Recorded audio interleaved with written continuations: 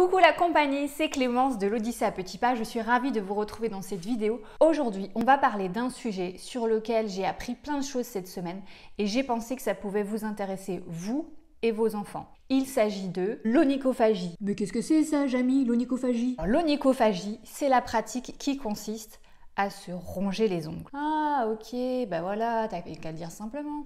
Peut-être avez-vous été ou avez-vous des enfants qui sont des onychophages? Alors, on va voir aujourd'hui comment aider nos enfants qui pratiquent l'onychophagie et c'est un petit peu plus complexe que ça n'y paraît peut-être. Alors, brassons ensemble les points négatifs de la pratique de l'onychophagie. Il y a bien sûr la déformation des ongles de façon temporaire ou permanente. Le deuxième point, ça peut provoquer des infections dans l'organisme parce que a priori, les onychophages ne passent pas leur temps à aller se laver les mains préalablement à la mise en bouche des ongles. Donc forcément, sous les ongles, il y a des tas de choses et qui potentiellement peuvent développer des trucs pas cool dans l'organisme. Évidemment, ce que l'on redoute et qu'on connaît bien tous, c'est le risque de paronychie. Paronychie, c'est vilain. Oh. Le risque de panarie, qui est donc une infection sur le pourtour de l'ongle où potentiellement il y a du pus, enfin tous des trucs dont on n'a pas envie de parler, et infection pour laquelle parfois on peut terminer à l'hôpital pour se faire opérer et retirer le truc qui ne veut pas partir. Comme vous le constatez, la science et les termes scientifiques, c'est mon truc. Quatrième risque, c'est la transmission d'herpès et de verrues, toujours dans le glamour. Et le cinquième point, c'est que ça peut abîmer les dents à force d'éclater son ongle, de craquer son ongle, à force de rogner son ongle.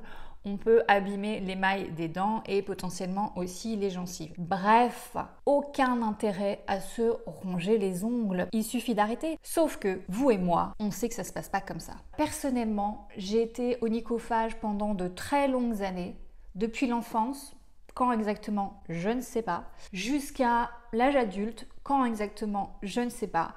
J'ai dû probablement arrêter, je sais pas, dans ma vingtaine, 20 quelque chose. Et j'ai pourtant régulièrement au fil des années essayé d'arrêter, mais je n'ai juste jamais réussi et c'était pour moi quelque chose d'insurmontable, d'impossible. Alors, j'ai lu des choses sur le sujet pour préparer cette vidéo. À aucun moment il est écrit ce que je vais vous dire là. Ok, donc c'est juste entre nous. Moi, je considère que c'est comme une addiction au même titre qu'une addiction, j'imagine, à la cigarette. Donc la fille, par de ça, elle a jamais fumé jusqu'à en être addict. Mais bref, passons. C'est-à-dire qu'on a beau savoir que c'est pas bien, on a beau savoir que c'est très vilain, on sait tout, ou presque, sur les conséquences et à quel point c'est nul et ça n'apporte rien. Et pour autant, on n'arrive pas à s'arrêter et une fois que vous avez un ongle en bouche, tant qu'il n'est pas défoncé jusqu'au bout, jusqu'à ce que ça fasse mal, on n'arrive pas à s'arrêter. On range l'onychophagie dans la catégorie des comportements répétitifs centrés sur le corps, les CRCC. Waouh! Au même titre que d'autres CRCC du type trichotillomanie ou dermatillomanie. Sérieux, c'est quoi tous ces termes? Elle avait dit qu'elle dirait pas des trucs scientifiques et je comprends rien. Pour vous aider un peu, la trichotillomanie, c'est la pratique qui consiste à s'arracher les cheveux, à les tortillonner, à les triturer jusqu'à ce qu'on en arrache des touffes. La dermatillomanie, c'est la pratique qui consiste à se gratter les croûtes, à trouver toutes les aspérités possibles, les boutons évidemment, et à vouloir faire place nette, vouloir lisser tout ça avec comme conséquence que ça ne fonctionne pas parce qu'une fois que la personne qui pratique cela s'est trituré le visage pendant un quart d'heure, 20 minutes ou une heure, évidemment elle ressort pas avec le visage lisse mais ça provoque tout le contraire. Donc chacune de ces pratiques qui d'extérieur ont l'air destructrices, se ronger les ongles, s'arracher les cheveux ou se gratter le visage jusqu'à s'en faire saigner ou se provoquer des croûtes qu'on voulait au départ retirer, ça a l'air vraiment destructeur, mais en réalité ça n'est pas un acte destructeur et c'est ça que j'ai appris cette semaine et j'ai trouvé ça dingue. J'ai écouté pour vous le témoignage d'une jeune femme qui était sujette à ce genre de pratique, peu importe laquelle. Nous, on va parler d'onychophagie, mais peu importe, c'est le même schéma psychologique. Et elle expliquait qu'il n'y avait rien de destructeur dans cette pratique. En fait, ces pratiques sont une réaction à l'anxiété, à l'angoisse, au stress, à la peur, à une émotion. Ah, encore ces émotions, elle fait que de nous parler de ça. Et oui, mais parce que en fait, les émotions, c'est la vie, les émotions, c'est la solution, les émotions, c'est l'avenir. Ah, moi, j'avais pas vu ça comme ça quand j'étais enfant, ado, jeune adulte et que j'essayais d'arrêter. À aucun moment, j'ai pensé que ça pouvait être lié à une émotion. Du coup, on essaie de soigner le symptôme, alors qu'en fait, il faudrait soigner la cause. Alors, je vous avoue que s'agissant de mon cas, j'ai pas l'impression d'avoir eu une enfance stressée, anxieuse, angoissée, avec la peur au ventre, etc., etc. Mais peut-être que finalement, c'était ça. Et donc, pour s'aider soi-même, si on est onychophage, ou pour aider nos enfants, il faut essayer d'aller creuser un petit peu plus loin que la partie immergée de l'iceberg. Il doit y avoir quelque chose en dessous qui explique ceci ou cela.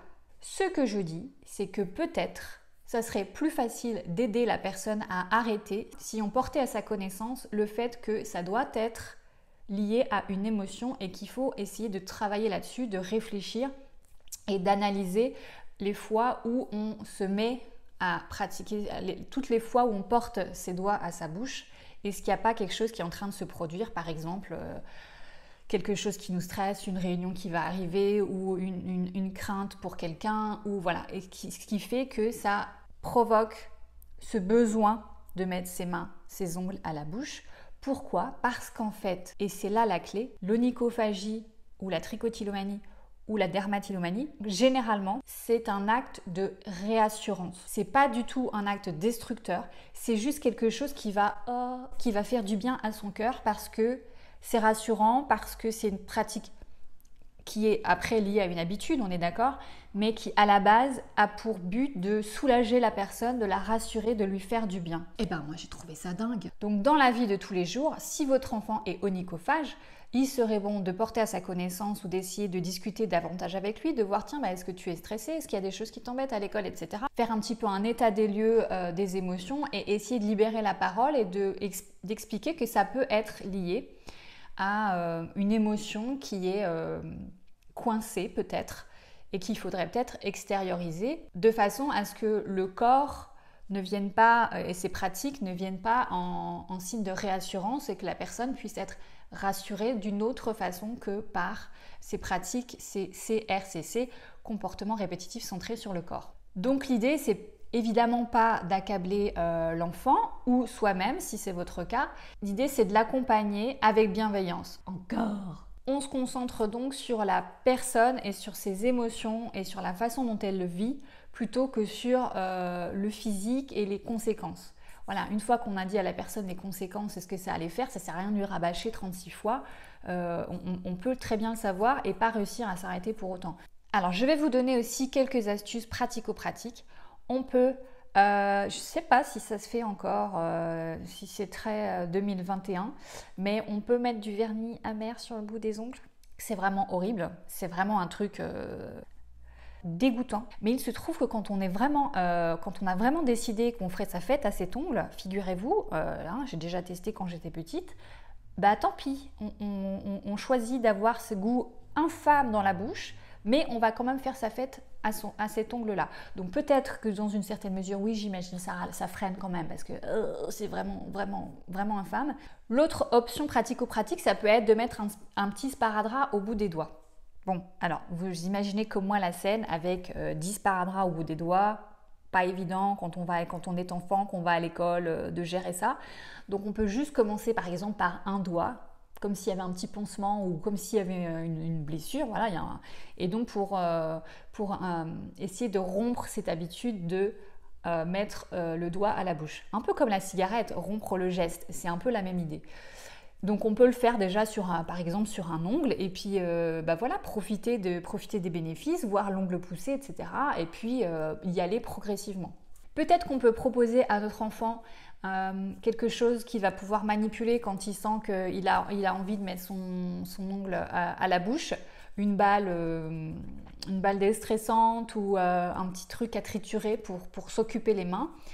Si on voit que c'est à la maison, lui proposer une activité dans laquelle il va falloir qu'il utilise ses mains pour casser ce besoin momentané de mettre ses mains à la bouche. On peut aussi proposer, tout dépend l'âge, tout dépend le karma de l'enfant et des parents, mais un petit peu des activités du type sophrologie, méditation pour essayer de travailler sur les émotions et l'accueil des émotions.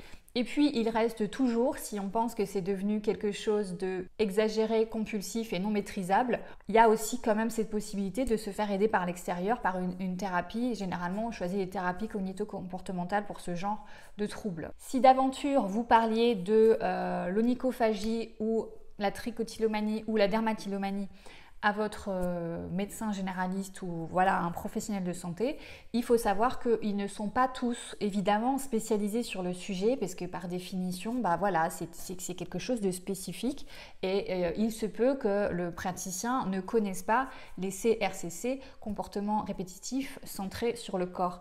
Si c'était le cas, vous tapez AFCRCC dans le moteur de recherche de votre choix, vous tomberez sur l'association francophone des comportements répétitifs centrés sur le corps. Il y a plein d'informations.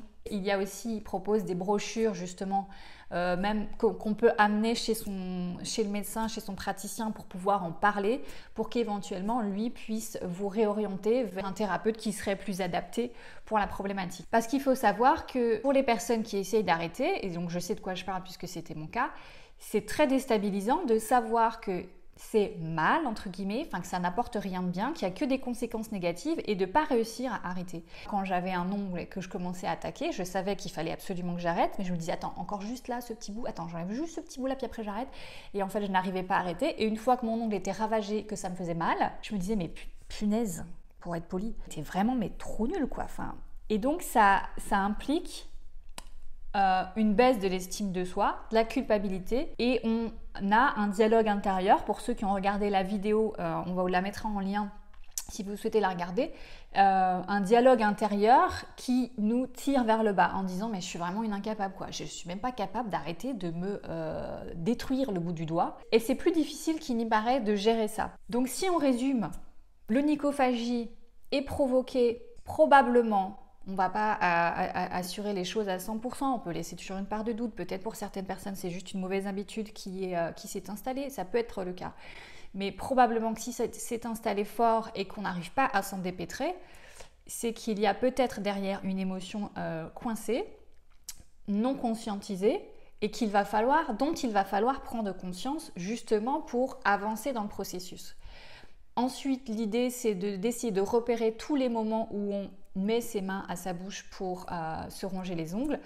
Et quand ça se produit, de pas s'accabler dans les premiers temps, d'être bienveillant avec soi-même en se disant bon, ok, là je suis en train de me ronger les ongles.